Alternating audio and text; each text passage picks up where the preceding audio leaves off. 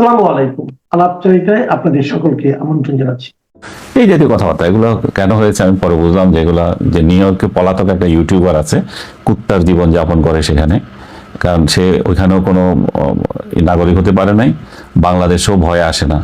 এরা শেখ হাসিনার আমলে পালিয়ে গিয়েছিল, কিন্তু কাগজপত্র হয় নাই, তাই আসতে পারছে না। আর ওইখান থেকে ঘেউ ঘেউ করে আমরা যারা এখানে আছি তাদের বিরুদ্ধে মানুষকে খেপিয়ে তোলে যে আমরাও যাতে ওদের মতো কুত্তার জীবন যাপন করে বাইরে পালিয়ে যাই।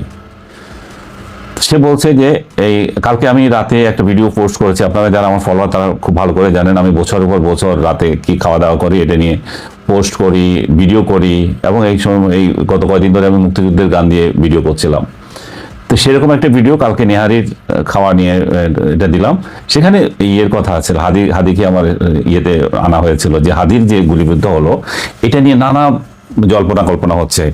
এই হাদির কিছু লোক মির্জা আব্বাস যখন ইয়েতে গেলেন, হসপিটালে হাদিকে দেখতে গেলেন, তখন ওইখানে অভিযোগের আঙুল তুললো হাদির দিকে। আবার হাদির আরো কিছু লোক বলছে যে এটা জামাত করেছে, সাদেক কাইয়ুম নাকি এখানকার থেকে ইলেকশন করবে ঢাকা ৮ আসন থেকে, তার সঙ্গে যে একটা ছেলেকে দেখা যাচ্ছে সে এটা হত্যাকারী। হাদির সাথে এটা দীর্ঘদিন থেকে নাকি ক্যাম্পেইন করছিল। এরা কি বোকা, এরা নিজেদের সাথে ঘুরে যে লোককে নিয়ে ক্যাম্পেইন করছে সে কোন দলে তারা সেটা জানে না। পরে তারা এখন আবিষ্কার করেছে সে নাকি ছাত্রলীগ করে। আমার কাছে এটা অবিশ্বাস্য মনে হচ্ছে, কারণ আমার হাস্যকর মন বলছি আমি।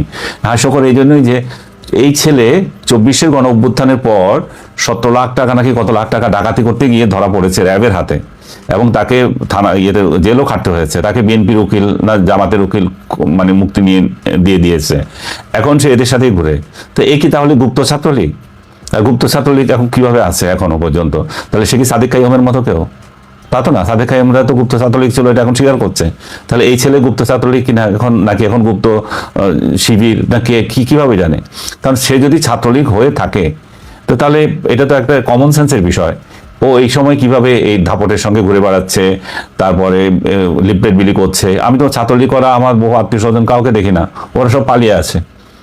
যাই হোক, ও ছাত্রলীগ করুক না করুক আমার কোনো মাথা ব্যথা নাই, হেডেক নাই। ও যার নামে যা করে, দরকার হলে এই সরকার ধরে এনে প্রমাণ পাইলে গুলি করুক, সেটা সরকারের দায়িত্ব। কিন্তু কথা হচ্ছে আমি কেন আমার দৈনন্দিন জীবনের যাপনের ডিজিটাল ডায়েরি নামে আমি যেগুলো প্রকাশ করি সেটা করতে পারবো না? হাদিকে গুলিবিদ্ধ করা হয়েছে সেই জন্য। এখানে হাদির সাথে কি সম্পর্ক এটার?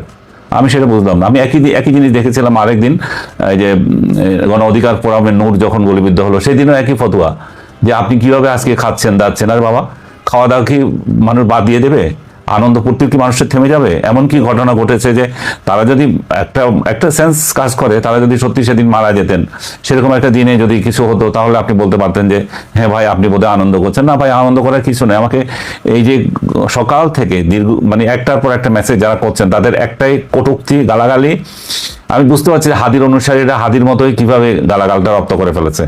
একজন মানুষকে না জেনে না শুনে না বুঝে কোনো একজন পলাতক টোকাই কি বলে দিল সেজন্য আপনি গালাগালি শুরু করে দিচ্ছেন। আবার আমাকে মেসেজ পাঠাচ্ছে এরকম, তোকে 10 টুকরা করব, তোকে এই করব, তোকে সেই করবো। আর ভাই করবি কর, তোরা যদি হাদির অনুসারী হয়ে থাকিস তাহলে তো হাদির কথাগুলো তো মান। হাদি তো বলেছিল রাজপথে আমাকে কে মেরে গেল সেটাতে আমার কিছু আসে যায় না, আমি এরকম মৃত্যুই চাই। আমাকে আরো আমার পরে আমার ছেলে আসবে, আরো কেউ আসবে, আমার প্রজন্ম আরো তার প্রজন্ম পরে আসবে।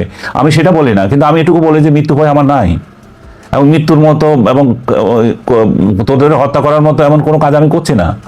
আমাকে তোরা নিজেরা কেন আওয়ামী লীগ বানাস? আওয়ামী লীগ বানাতে যাস কি কারণে?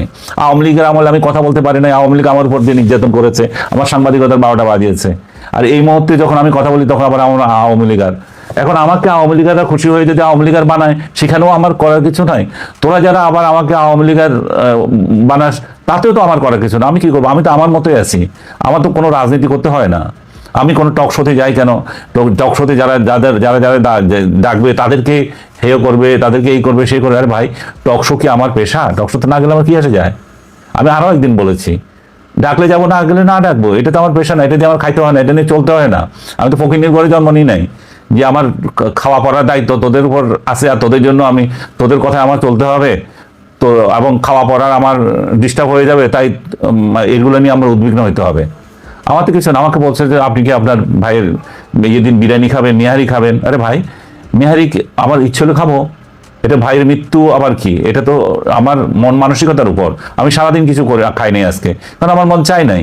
আবার দুপুরে যখন ওনাকে খবর দিয়ে এসলাম আমরা বনানী গোরস্থানে, বাই দ্য ওয়ে ওনার বনানী গোরস্থানে যে সামরিক গোরস্থানে ওনার দাফনটা হয়েছিল, উনি একজন বীর মুক্তিযোদ্ধা হিসাবে ওখানে তাকে শ্রদ্ধা জানানো হয়েছিল ঢাকা জেলার পক্ষ থেকে বা এলাকার পক্ষ থেকে, প্রশাসনের লোক ছিল।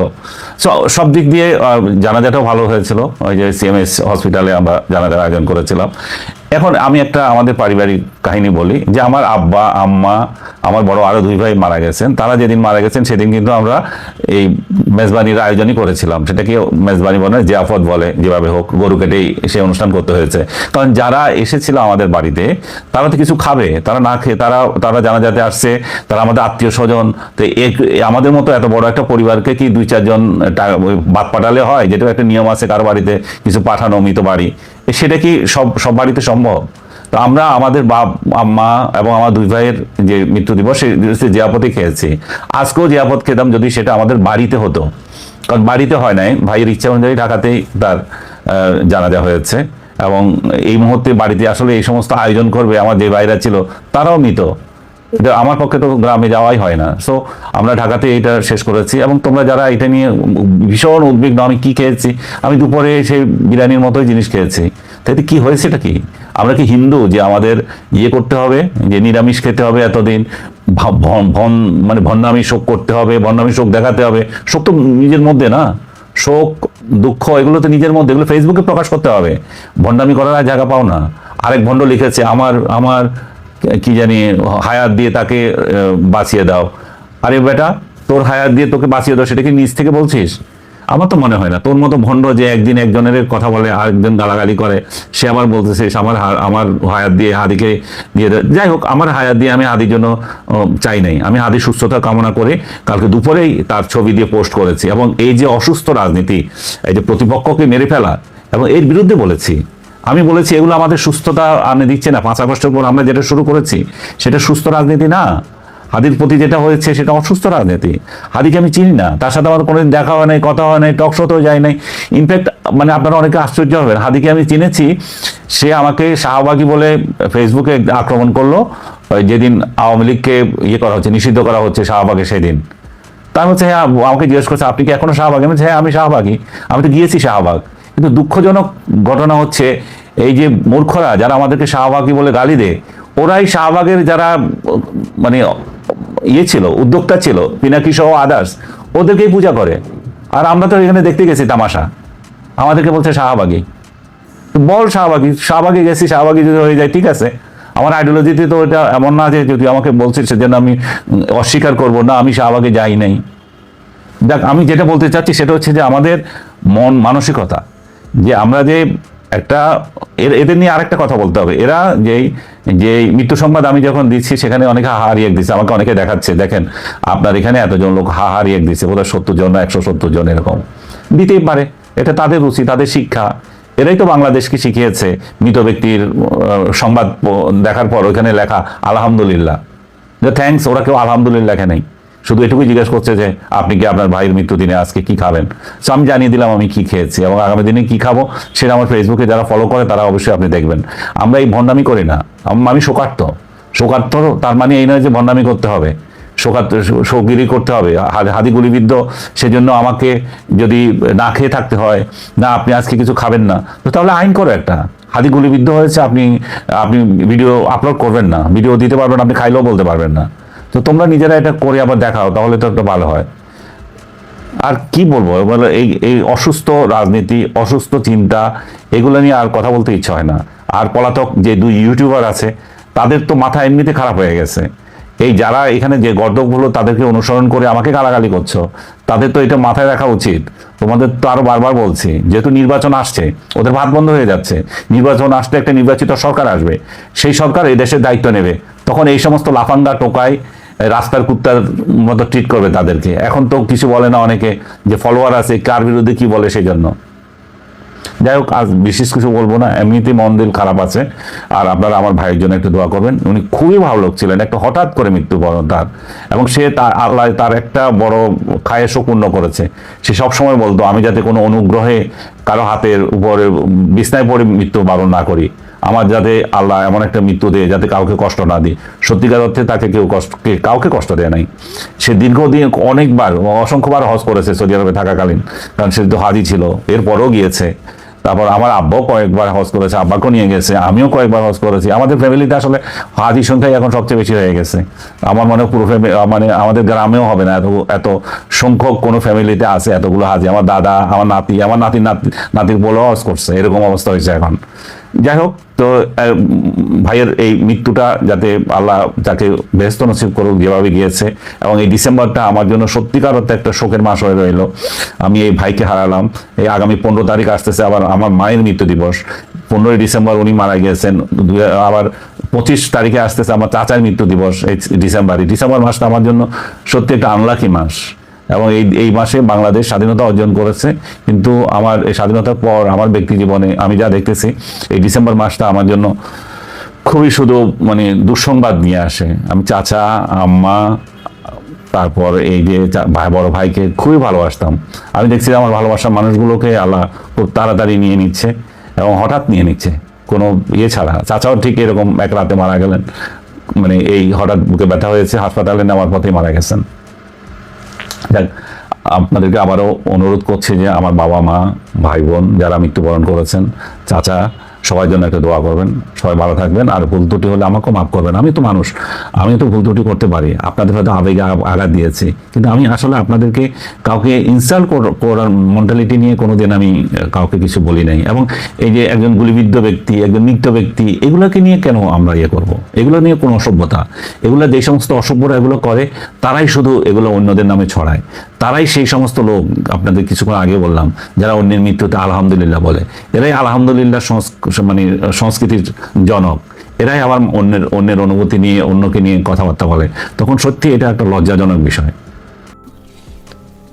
প্রিয় দর্শক, ওসমান হাদির উপর এই ন্যাক্কারজনক আক্রমণের তীব্র নিন্দা জানাচ্ছি। এটি কেউই চায় না, এটা প্রত্যাশিত হতে পারে না।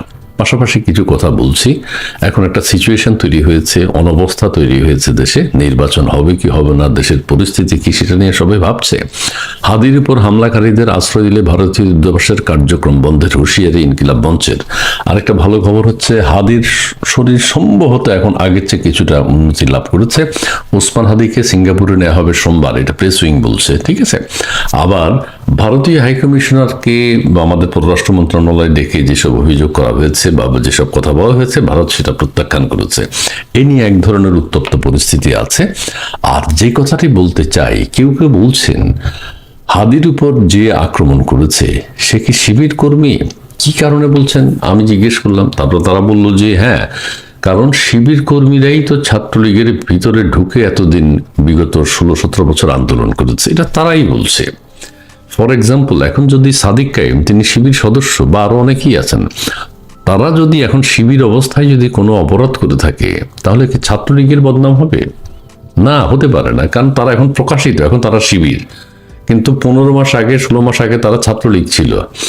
এখন কেউ কেউ সন্দেহ করছেন হাদির মতো একজন বিচক্ষণ মানুষের সাথে কিভাবে ছাত্রলীগ চলাফেরা করলো এতদিন, এটা কিভাবে সম্ভব? হাদিকে চেনে না, জানতো না? হাদি চলার কথা না। কাজেই ছাত্রলীগ থেকে বেরিয়ে যারা শিবির বলছে নিজেদেরকে, হাদির হত্যাকারীকে তাই বলে অনেকে সন্দেহ করছেন যে সে শিবির কর্মী। কারণ ছাত্রলীগের ভিতরে ছিল, ছাত্রলীগের পদ অধিকার করেছে সে আদাবর থানায় সম্ভবত। না হলে হাদির অফিসে হাদির সাথে থাকা, হাদির সাথে মেলামেশা করা, হাদির সাথে উঠা বসা করা, মিছিল মিটিংয়ে যাওয়া ছাত্রলীগের একজন কর্মীর পক্ষে কিভাবে সম্ভব? চিহ্নিত বলতে এই অর্থে যেহেতু সে একটা পদে আছে, আর সেই আন্দোলন নাকি করেছে জুলাই আগস্টের সময়। আর যদি বলা হয় জুলাই আগস্টের সময় সেই ছাত্রলীগের হয়ে আন্দোলন করেছে, তাহলে তো হাদির কাছে জায়গায় পাওয়ার কথাই আসে না, প্রশ্নই আসে না। দেশের এই পরিস্থিতিতে ছাত্রলীগ কোথাও নাই, সেই ক্ষেত্রে ছাত্রলীগ এসে হাদির সাথে মেলামেশা করে, চক্রান্ত করে তাকে গুলি করেছে, এটা অনেকে বিশ্বাস করতে চাচ্ছেন না। কেউ কেউ বলছেন যে যাকে সন্দেহ করা হচ্ছে তাকে অবশ্যই গ্রেফতার করতে হবে, কিন্তু সে হয়তো ছাত্রলীগ কর্মী না, শিবির কর্মী। ছাত্রলীগ থেকে বেরিয়ে হাদির সাথে মেলামেশা করেছে, হাদিও সেটা, এইটা নিয়ে এক ধরনের সন্দেহ দেখা দিয়েছে। তবু আমরা চাই সেই ছাত্রলীগ হোক, আওয়ামী লীগ হোক, শিবির হোক, জামাত হোক, বিএনপি হোক, ইনকিলাব মঞ্চের কেউ হোক, তাকে অবশ্যই আইনের আওতায় আনতে হবে। সন্ত্রাসী সন্ত্রাসী, খুনি খুনি, যদি সেই অ্যাকচুয়াল অপরাধী হয়ে থাকে, যাকে সন্দেহ করা হচ্ছে, তার নামটাই মুহূর্তে আমি ভুলে গেছি। আরেকটা হচ্ছে পারিবারিক কোনো কোন্দল কিনা, প্রেম ঘটিত কোনো ব্যাপার কিনা, যারা সুযোগটা নিতে চেয়েছে। যে এখন তো দেশে একটা ক্রাইসিস, হাদিকে এখন কিছু একটা করলে, হাদির উপর আক্রমণ করলে আওয়ামী লীগের উপর দায় পড়বে, বিএনপির উপর দায় পড়বে, জামাতের উপর দায় পড়বে, ছাত্র শিবিরের উপর দায় পড়বে। কেউ সুবিধাটা নিতে চেয়েছে কিনা সেটিও খতিয়ে দেখা দরকার। প্রেম ঘটিত বা পারিবারিক কোনো ইস্যু আছে কিনা, এটাও হাদি একজন নেতৃত্ব দিয়েছে, এই কথা সেই কথা বলেছে, বিতর্কও আছে। কিন্তু বিতর্ক যদিও থেকে থাকে, হাদির মতো একজন বিচক্ষণ মানুষের সাথে ছাত্রলীগ এতদিন চলাফেরা করেছে, এটি অনেকে ভাবতে পারছেন না, নিতে পারছেন না। কাজেই সে আদৌ ছাত্রলীগ কর্মী কিনা, নাকি শিবির কর্মী। ছাত্রলীগ করেছে, ছাত্রলীগ করেছে এটা সত্য, শিবির তো বলছেই আমরা ছাত্রলীগ করেছি, কিন্তু আমরা শিবির। সো ডাকসু বিপি বা বর্তমানে শিবির কর্মী যারা অতীতে ছাত্রলীগ করেছে, তারা কোনো অপরাধ যদি এখন করে থাকে, সেটা যেমন ছাত্রলীগ দায়ী না তার জন্য, শিবির দায়ী। ছাত্রলীগের ভিতরে থেকে তারা যে অপরাধগুলো করেছে, সেগুলো ছাত্রলীগের দায় পড়েছে। ছাত্রলীগকে সেসব দায় দায়িত্ব নিতে হয়েছে অতীতে। আপনারা দেখেছেন হেলমেট বাহিনী বা নানান অত্যাচার, নির্যাতন শিবির করেছে ছাত্রলীগের ভিতরে থেকে। এখন তারা বেরিয়ে, যেহেতু এখন তাদের পরিবেশ, তারা বলছে আমরা শিবির ছিলাম। এখন হাদির উপর আক্রমণকারী এই ছেলেও শিবির কিনা সেটি যাচাই বাছাই করা হোক।